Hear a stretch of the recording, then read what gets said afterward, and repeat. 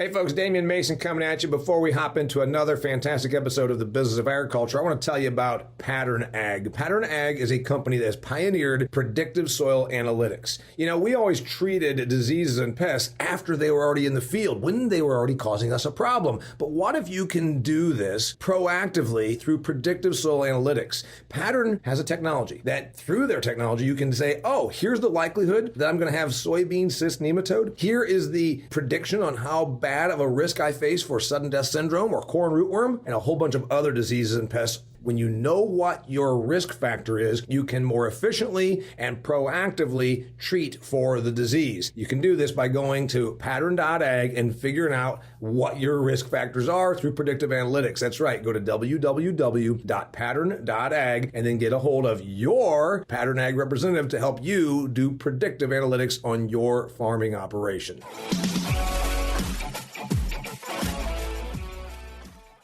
Well, greetings and welcome to another fantastic episode of the Business of Agriculture podcast. It's me, your host, Damian Mason. You already knew that because you knew that when you tuned in. I've got a program today that you're going to really like. We're talking about income diversification. We're talking about new ventures to accentuate your bottom line. More importantly, we're talking about agricultural direct-to-consumer businesses. It's kind of a big growing area.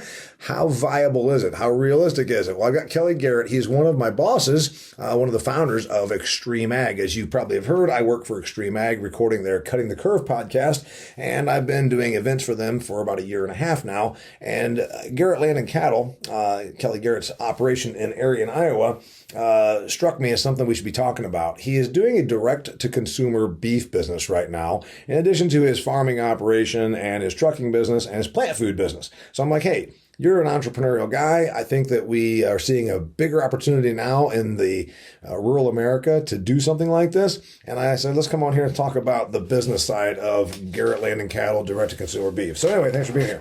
Thank you for having me. All right. I've been to the operation. I've been to the office. You talk about it being, fifth generation, 1880s, 1860s, I think maybe it was, when somebody named Garrett settled over there in northwest Iowa. So you've got a legacy, but you're good in that, what's the old thing? First generation makes it, second generation holds on to it, third generation pisses it away. Well, you're like fifth generation and you're still building upon it. Tell me about that, the legacy and the drive for you to keep doing this. You know, I always want to get better all the time. And I have almost have a disease where I have a hard time stepping over what I see as an opportunity. Sometimes, you know, my dad or my wife will say, when is enough enough? And I just don't ever look at it that way. I want to continue to get better. If there's something that we can do and we can do it well, let's do it. It's not just about the money, but it is about the money. You know, businesses exist to make money. And I'm sure that somebody down the road says, well, damn it, that guy, he's got all that farm ground, farm 7,000 and some odd acres. Why does he need to do this? It's also about something that you think you can do better. It's not just, you know, you went to the store, you were out here in Arizona last winter and you were talking about pricing at the store. And I said, yeah, but remember, you're not going to be selling this stuff at a retail outlet in Paradise Valley, Arizona. You know, so there is the money and the business side of it, but there is I guess, what was the drive? Diversification, new income streams, proving that you could, creating a better product. What was the what was the driving force? It is all of those things, but obviously we conduct business or we take on a new venture because we want to make money. Yep. But that isn't all of it. The direct to the consumer, our cattle operation is something that we're all very passionate about. And so I am proud of the cattle that we raise. I'm proud of the product that we now have in our new store. And I feel like if we go and we do a good job of this, that the money will take care of itself. It doesn't, you know, we have to pay attention to the financials, obviously, but I don't live and die off every penny every day. I just try to go out and do a good job, knowing that hopefully there's enough margin built in that it'll be all right. It's not profitable yet. We just opened on Labor Day, but I'm very optimistic about it. All right. So you've got this thing where you're more entrepreneurial than some, and I kind of have this too. I always say boil it down to one of your driving forces. Our friend Will asked me why I got into what I did 29 years ago when I quit my job. And I said 2 reasons. I wanted to be more creative and I wanted to be more in charge of my own compensation. So I look at what you're doing here and I see an outlet for creativity and compensation. You're saying, well, what's so creative about selling cattle? Well, you created a store. You create an online presence. There's a creativity to this. And then there's the compensation. Which one's more exciting to you? Seeing something come from inception to completion, or to at least evolution, or the money? Which one gets you more excited?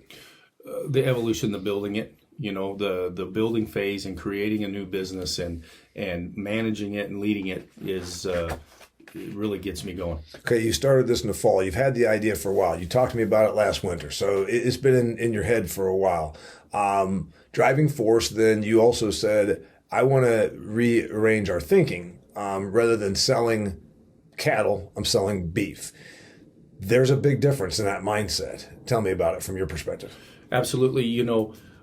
Cattle feeders are trying to make a living selling cattle, and they should. And that has always been our mindset as well. But now we're trying to, at least a portion of the herd, approximately a fourth of it currently, we're trying to make money on those cattle selling meat. So we pay attention to the breeding. There's a Black Angus claim that we make, all natural claim, no hormones, no antibiotics. We're only finishing heifers because the heifers are worth less in town. So there's a little bit of a value added piece there. Yeah. And there's another thing we talked about, heifer frame size. And I told the feed yard people, and I've worked for just about, everybody, so including beef feeders. And I said, you and the packers keep wanting these animals to get so damn big. If you look at the old state fair photos from the 1950s, those little Herefords were, my dog's about that big. And the thing is, you served somebody a steak, it did not cover the dinner table. And when you take these animals now to 1,500, excess of 1,500 pounds on the hoof, the steak is big enough to, put in the trunk of your car. You're going with an animal that finishes at 1,250 pounds to 1,300 pounds, so your cut size is a little bit different. I have to think as a consumer, this is going to start to be an issue. The meat business has notoriously done what's good for the meat packers, and also, there's a customer out there. I think that there's a reset on this, and you might be leading the charge. Am I right? I believe so. We introduced corn into our ration much earlier so the cattle can finish at a lighter weight.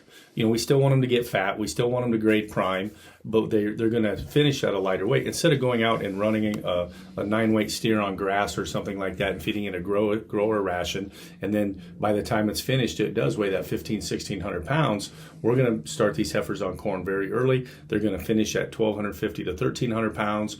We then want to cut our steaks 1.25 inches thick. If you, a 1,600 pound animal, you cut that steak 1.25 inches thick. It's going to weigh a pound and a half. Gross. Yes, which I would love to eat, but the average consumer doesn't want a 48 ounce cut. They want a 12 or 14 ounce steak, and I feel that I was validated. Amber and I went to a restaurant there in central Iowa, and she ordered a 12 ounce prime rib, and it came out, and it was only about, I don't even know if it was 3/4 of an inch thick. That's not appealing to the eye on the plate. It was the diameter of the steak was huge, so they had to cut it thin. It probably came from a huge calf. And the consumer, it's a better steak, a better eating experience when it's 1.25 inches thick. And I don't want to, certainly I've worked for these companies. There's a piece of email here from Cargill. I'm not bashing big meat. I'm just saying that they have historically, notoriously, done what worked for them, and the consumer had to eat it. There's four companies that control 85% of the beef product, so they don't care if it works better for them to have a 1,500 pound carcass come in there, or hoof weight come in there. But like I said, we're getting away from what the consumer actually probably wants. Absolutely. And the vertical integration that we now have, the cattle are born there, raised all the way through there, and now the meat is sold in our store. For you. For me. You've become vertically integrated. The vertical integration that I possess allows me to worry about the end product. A lot of times, there's many farmers in my area that all raise great cattle, but are they getting are they getting paid on the quality? I don't believe that they are, because it all gets commingled with everything else that goes to the packer.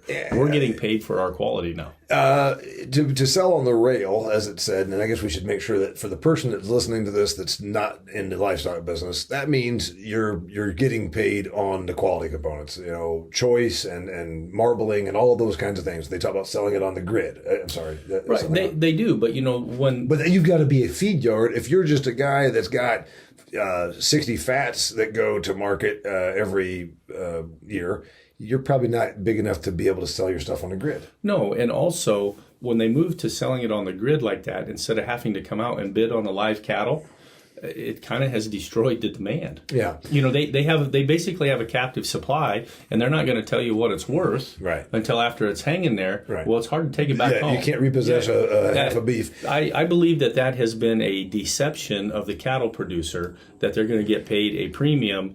I think it destroys demand. It destroys demand because they don't have to come out to the pen and bid on the cattle. What about now you've been at this for a few months compared to the old days? In the old days, what'd you do? You fed out your stuff and then you took it to the sale barn. In the old days, we'd feed we would sell an 8 or 9 weight calf. Oh, you sold them as feeders. We sold them as feeders. We did not finish a lot. Yeah. We had finished a few at different times, but we'd not finished a lot. You finished a few for so you have beef in the freezer, your neighbor, or whatever. Right. Or, one of our brother-in-laws, Amber and our brother-in-law, we finished cattle at his place before and shipped them. And, we're just trying to find different ways to make money in the cattle industry because we know we want to stay in it, but the margins are quite thin. And the finishing the cattle wasn't great. For a while, we bought and backgrounded calves along with our own. The market swings there, the margin there was not great. We don't do that anymore. And this is something that I'm very passionate about, and this is our next venture. When you start doing something that's a diversification, and I'm a self-employed guy for 29 years, so I always set the goal of how can I have a little bit of income diversification. You have this thing where you say, yeah, but why, Damian, you make the bulk of your revenue, let's say, doing speaking engagements. Why would you go and do this thing over here when it's not as profitable? Well, what about the rainy day? Or what about the thing like that? Right now, we're selling $7 corn and $14 to $15 soybeans. You're good at farming. You've set records. That's why you're founder of Extreme Ag. Why not just concentrate on grain farming and not even fool with us? Number one, I'd get bored, I guess, really. But no, I believe in diversification. And I always, about 10 years ago, I was involved in a business that was outside of agriculture, and it didn't work out, and I lost some money. So now every business that we take on, I always felt that there's a symmetry. It started organically from another business, and then I learned from you intentional congruence. The term intentional congruence. So the meat business is, look at the intentional congruence there. Obviously, we're feeding the cattle. Yeah. You're feeding the stuff that you raise. Yes. So you can be in charge. You got rough ground to have cow calf on. Yep. So you got rough ground with fence, and you've got the feed stuff, and then also the only thing you didn't have demand. So I want to talk about demand, but I want to talk about diversification. You also get diversification can also equal dilution. I've had that. I did direct-to-consumer beef. I didn't do it quite like you. I didn't have a retail store, and I wasn't selling it by individual cut. But eventually, Mrs. Mason said, "You're gone for 6 days at a time. I'm out here taking care of steers. I'm not comfortable doing all that by myself." And then she says, more importantly, how much do we make? Well, not enough to justify it to still be in there. At some point, you have to have enough scale on any diversification venture. Otherwise, it's just dilution. Help me, or help explain, or help give me your perspective for our listener, because diversification can equal dilution. It can. Also, I have 3 sons. They all want to come into the operation. And there's other farm families that have brothers or siblings that work together. But one of the things that I think brings about problems is when everybody's trying to do the same job and they're stepping on each other's toes. I have Connor, Colin, and Cale. Yeah. Colin is a senior at Iowa State in animal science. He is passionate about the cattle. He's passionate about this meat business. And one of the reasons to do this was I believe we can be successful at it, and it creates a spot with him that he and his 2 brothers going forward aren't all trying to do the same job. Mm-hmm. They will be partners. At least I believe they will be partners. They will be partners, but they're not always trying to fill the same role of what field are we going to go plant here, what truck are we going to go work on here, things like that. They can spread out and work together in a diversified business, and I want to create I want to create an operation that my 3 sons can work at and potentially some grandchildren along the way, and it can grow and expand as needed or as desired. I want to talk more about diversification and some tips that you're going to share. But before I do that, dear listener, if you are into what's happening on forward-thinking, business-minded, frontline farming operations, you should be checking out what we're doing at Extreme Ag. Kelly is one of the founders of Extreme Ag. They brought me on a year and a half ago to produce the Cutting the Curve podcast. I've also been to many events and all the farmers' operations to record videos, trials that they are doing, new practices, new things that they're doing cutting edge, working with new equipment, varying different treatments, post-emergence, sugar treatments, and biologicals, and all kinds of cool stuff. Anyway, go to extremeag.farm. That's no E on the front of it, just extremeag.farm. That's the website. They also are very prevalent on social media at Facebook and Twitter. But I do encourage you to go there and check out the stuff we're doing at Extreme Ag. It's free. You can just go there and see a whole bunch of stuff. I've produced like 140 video podcasts, not to mention videos for them. So it's really good stuff. Go and check it out. extremeag.farm. All right. Diversification can equal dilution. How do you keep that from happening? How do you get to where you're, jack of all trades, master of none? How do you get to where it's not just one more thing?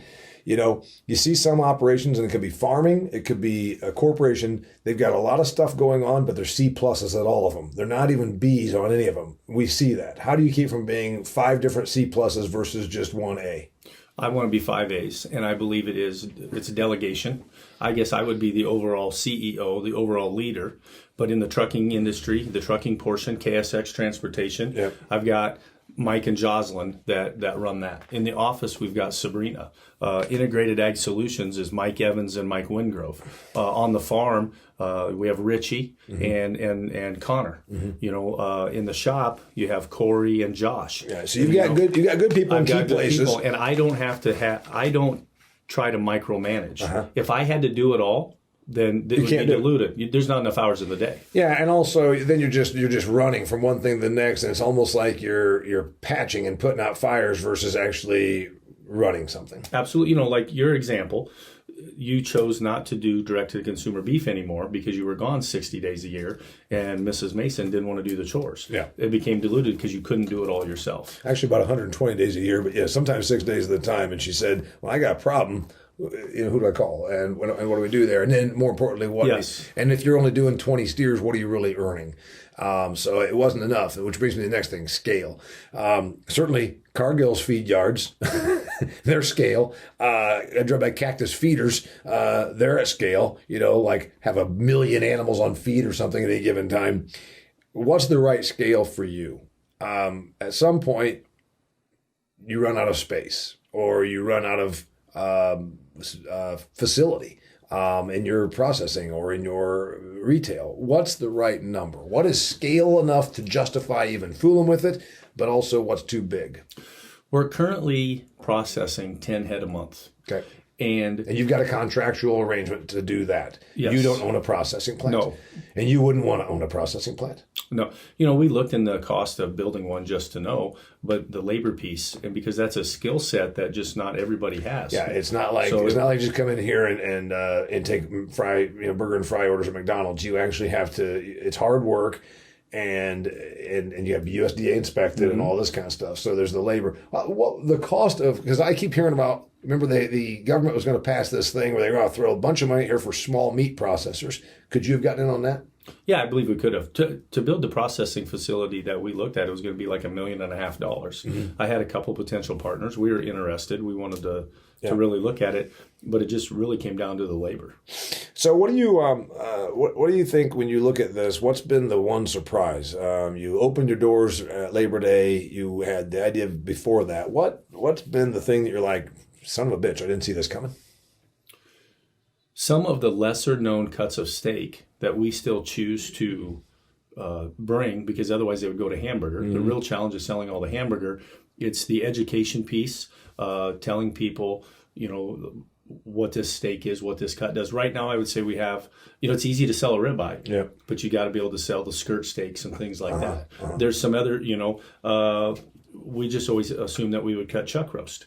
when I'm with the processor. Cut meaning eliminate or cut stuff into chuck roast? We would cut things into chuck roast. Yeah. It'd be one of the cuts we had. The processor, Lou, he said, why do you want all the chuck roast? I didn't even know there was another option. I don't either. He said, you can cut a chuck eye steak, a terrace major, a Denver steak, and a flank steak. I didn't know not a flank, a flat iron. Okay. It all comes from the chuck? It all comes from the chuck. It's just they're going to cut it in a different way. I knew a chuck was worth $7 or $8 a pound. Yeah. These other steaks are going to be worth at least $15. It's been a great deal. It's added value to the calf. I'm going to take this moment to disagree. Chuck roast is my favorite roast. It's got fat. It always stays moist. It's got tons of flavor. I'm a chuck roast guy, so it kind of bothers me that you bastardized my chuck roast, but that's okay. All right, so let's talk about, to the person listening to this, is like, hey, you know what? This is cool. And Damian, you're always talking about business stuff. I'm out here. It doesn't matter what you're doing. Maybe you are driving down the road right now in Nebraska and you're a seed salesperson, or maybe you're a cranberry producer in Wisconsin and you're listening to this, whatever. But the thing that surprised you was that you're getting is diverse. Your surprise was how you could take your education that you could upsell or create some new cuts. That's one of the educations. Yep. What's about an education that you're like, you learned the hard way? Remember the thing like, oh man, this kind of cost me money or held me up, anything like that? The building, of course, costs more than I thought it was going to. Mm-hmm. As a retail outlet. As a retail outlet. Walk-in coolers, etc. Mm-hmm. The cooler, the freezer is 20 by 30. Yeah. Supply chain issues, waiting on stuff that, it took forever for the floor to come in, the flooring in the retail area.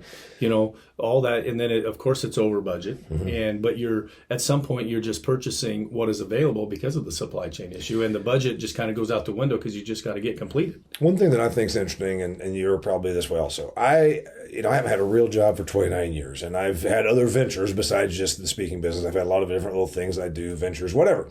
And then there's people that have normal jobs, and they've always got this idea they're going to start a business. They're going to try a new venture. But there's always something. Timing's not right, not in this economy, interest rate's too high. Do you think about any of that? Because I gotta be honest with you, I don't. I think I know I can do this, and here's how I'm going to do it, and I'm also willing to learn with the mistakes. I find that most people that keep acting like there's some external reason are just looking for an external reason, excuse. Right.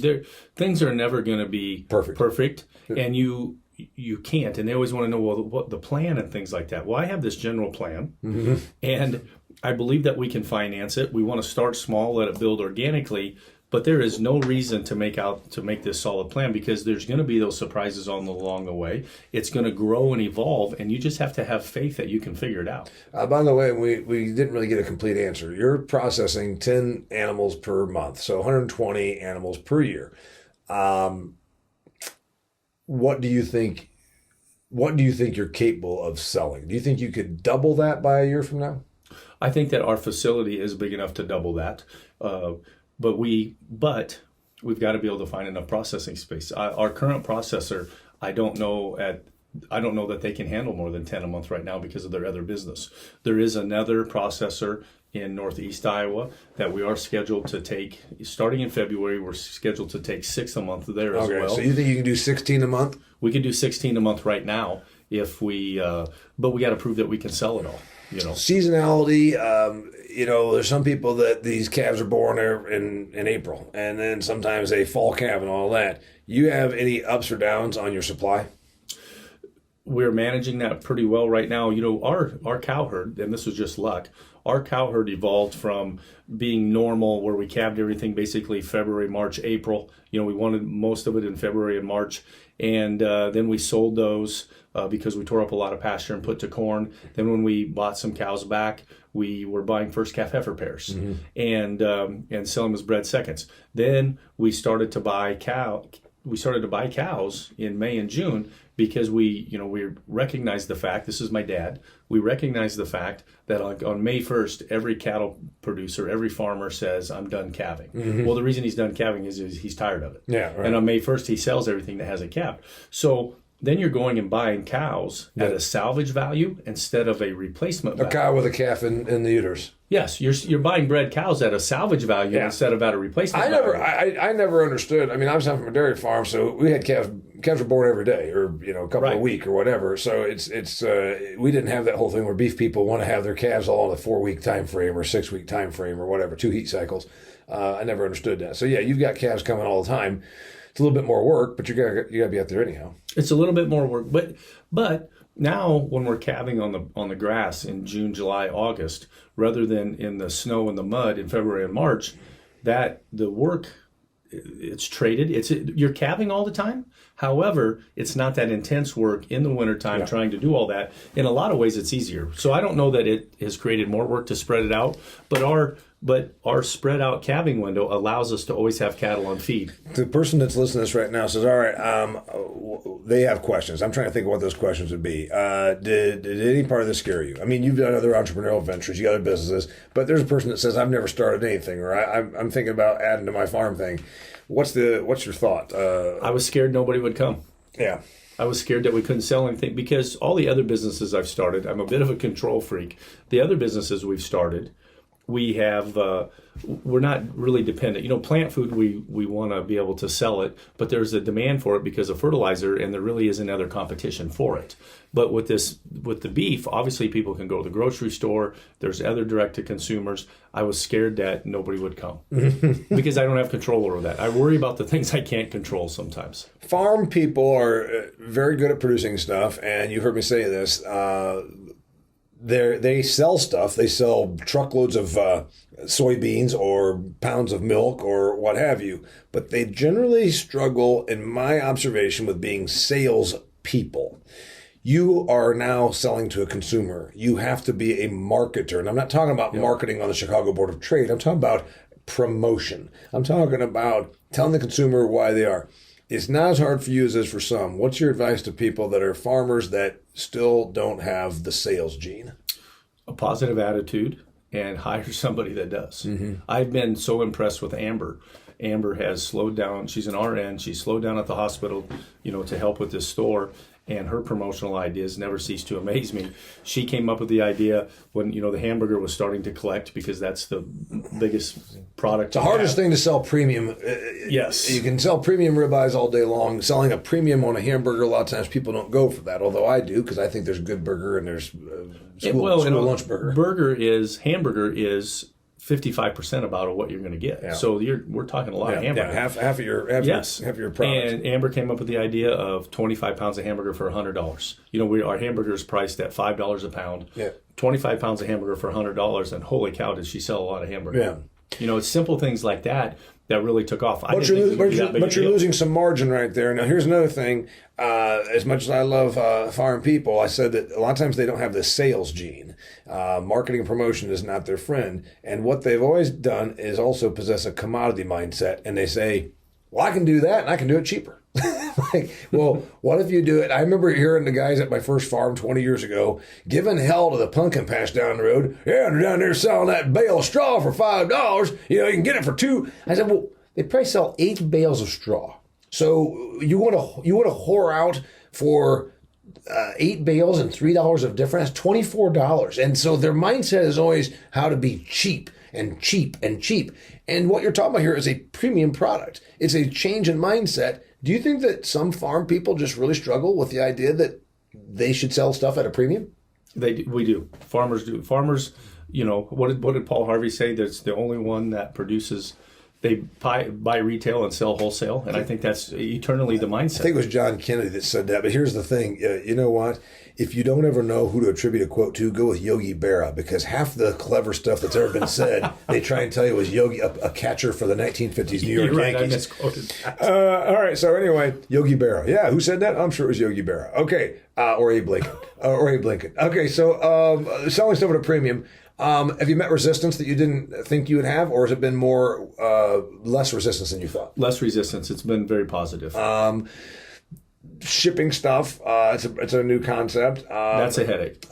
Employees right now, and it seems like everywhere you're struggling with employees. You've tried to keep it lean. To expand, you're going to need people. Do you envision that being a problem? It has not. That's been, the shipping has been something that is a little bigger headache than what we anticipated. The employee part, though, there has been different people, local people that are interested in a part-time job, and that's been very refreshing. Well, there's a couple things that I think there's a confluence, if you will. First off, there's people like you that say, hey, why am I letting all the margin be made by a packer? And I'm not anyway bashing these packers. They're businesses. They're there to maximize money. But I see more of this happening now. And I think there's a confluence of a lot of stuff that's going to make this more able to attain success doing something direct to consumer.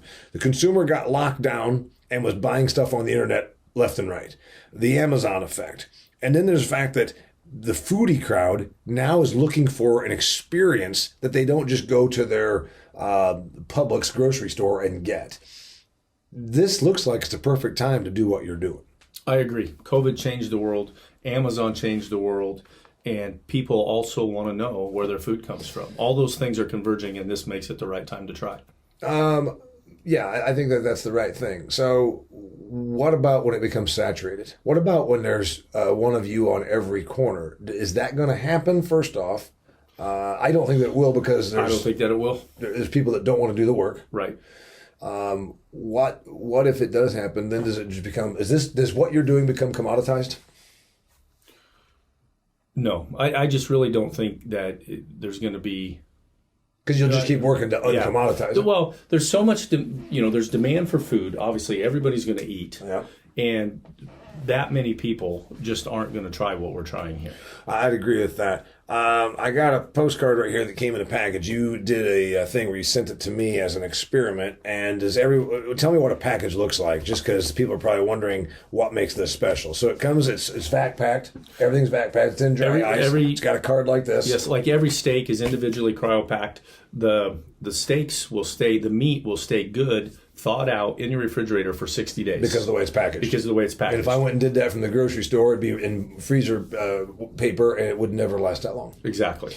What do you think then the advice is? There's no such thing as the right time. Just go ahead and do this. Start at a level you can live with. What other thing do you think the person needs to hear that's like, because you and I both believe that sort of vertical integration is what the big companies always did, and now we're seeing it at your level, but also direct to consumer has wheels. Yours is a little harder, but what's your thought on this, that the person that's out there that's thinking about doing this, what's the reason that they are not, and what would you tell them? I think everybody always wants to have everything planned out in a very microscopic manner, and they think that they're going to control all this, and you just got to take a shot. You can't, because it's going to, the outpouring of support from the local community has been more than what we thought. Yeah. The people wanting a job has been more than what we thought. The shipping, which I thought would be simpler, is a little bit more expensive, a little bit harder. You can't forecast all that, so quit trying. And I talked about in my business book that business plans are great for borrowing money, because bankers want to see business plans, but they're good for borrowing money. They're not good for making money. You didn't have a detailed 5-year business plan when you did this, but you're pretty convinced that you could do this. Bringing the kids back in, that's good. Now, there's a lot of people that say, oh, well, are you doing this just to give your kids something to do? If they weren't coming back, would you still do this? I would still try to do this, yes, but I would have to find an employee to run it. Right. Then you might anyhow. Right. But no, I'm not just doing this to give Colin something to do. I think that we will somewhere between double and quadruple the amount per calf that we'll make. Yeah. So you're making more money per animal, and that's the big thing. And then also it's just there's a lot of reasons this all works. And there's some reasons for some people it won't work. And I guess that's why it probably won't end up taking off. But I think that there's room for this.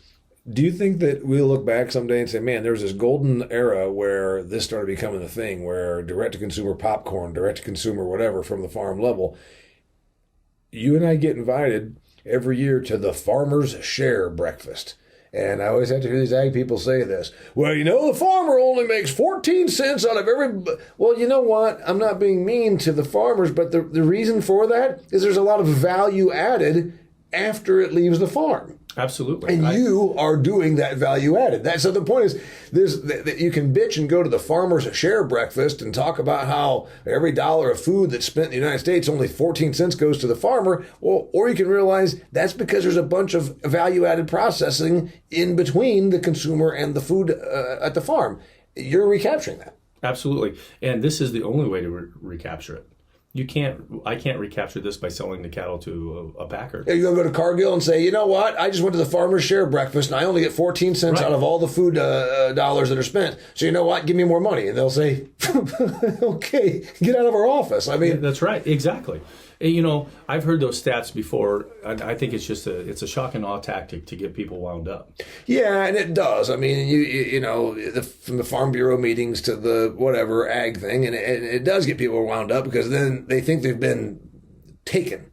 Right. But, and once that milk leaves the farm, it's got to get pasteurized and packaged and hauled around and put a label on it and then go to some store. And, grocers aren't making big margins. No, and I own a trucking company, and it's okay, but it's not you're not getting rich at it. Yeah, so the guy hauling the milk isn't getting rich either. No, so everywhere in between, there's a little bit of margin, but it's not all of that extra 86 cents doesn't go to one place. No, it does not. It goes a lot of different places. You're now getting it in a couple of different places. Right. Well, we're now keeping that 86 cents gross, but it certainly isn't all net. Exactly, because you're still having expense. You've got refrigeration now that you didn't used to have, and you've got taxes on a facility, and you've got all those things, manpower in particular. What else? Last thing. Take us out of here. Garrett Land and Cattle, income diversification from the farm level on, reclaiming margin. I think that's what I'll call this podcast. Reclaiming margin through diversification of You need to have a high quality product. You need to have a great product. Yeah, I mean, I guess the point is in that farmer mentality, I'll just be cheaper. Then you'll never win by being cheaper when your competition is Walmart. Don't try to be cheaper and try to be better. Yeah. And better takes that financial piece out of the equation just a little bit. Obviously, we're still doing it to make money, but try to be better. And don't always try to be cheaper because you're in a niche market. Yeah, and the reality is, if you even use Walmart as an example, you go through the grocery part of Walmart. They're not all about being the cheapest. They're bringing in organic vegetables now, and they're doing a premium. They have versions, but they have a premium packaged beef also. So we got to realize that there's consumers that will pay, and even in this increased inflationary environment, there's consumers that will pay a premium for a better product. Absolutely. There is. Walmart is obviously recognizing that. Almost every brand that you go to, every restaurant that you go to, there's always a higher quality choice. Last thing about the marketing, you talk about your story, and people go to ag meetings all the time and say, you just got to go out there and tell your story. And I'm like, I'm not sure people care that much about your story. But if you're buying direct from the farmer, they do like the story. What's your reaction been? You say, hey, we're a 5th generation farm in Iowa. If you want to come out here, I'll even show you these animals on the hoof. I mean, it's about transparency and story and all that. The website, the Facebook videos that go out, we try to show pictures of the cows, in the sustainable era that we're in now for farming, right. And me being the carbon guy, the cows out on the cover crops and that circularity and the sustainability of our farm, people really find value, and that makes it's a feel-good story that people buy into. Yeah, you're using cover crops, which is good for the ground. You're also grazing the cover crops, et cetera, et cetera. So the story has resonated, you think, with your customers? Yes, I do. Yeah. His name's Kelly Garrett. My name's Damian Mason. You knew that. And I got to tell you, if you want to learn more about what's happening there, go to Garrett Land and Cattle. What is it? Where do I find this? GLCbeef.com. GLCbeef.com. And if you have a topic you'd like me to cover here on the Business of Agriculture, please send me your request. I like talking about various things. We got everything from climatological issues to direct-to-consumer agriculture, and I do see this catching on more. I very much appreciate you being here. Share these episodes with somebody you think can benefit from it. We are now getting tons and tons of listeners, and I also want to encourage you, if you like what you're seeing here, go to extremeag.farm. Extremeag.farm. Tons and tons of videos and podcasts there that will tell you what's happening on some of the forward-thinking farming operations in the United States of America and Canada, places like Garrett Land and Cattle. Until next time, it's the Business of Agriculture. Well, that concludes another fantastic episode of The Business of Agriculture. This episode was brought to you by Pattern Ag. You know, everybody in agriculture understands the importance of soil health. We also keep an eye on our soil better than we ever did through advanced soil testing. But what if there was a company that provided predictive analytics, not just checking out nutrients and all the elements that are in there, but also could tell you the degree of risk you face with disease and pest pressure? That's right, Pattern Ag can do that. They actually can tell you, hey, you're going to have a real issue here. You can preemptively, proactively treat for corn rootworm or cyst nematode or sudden death syndrome before the problem actually starts costing you yield. Go to pattern.ag, that's www.pattern.ag, to find the nearest rep that can help you start doing better for your soil.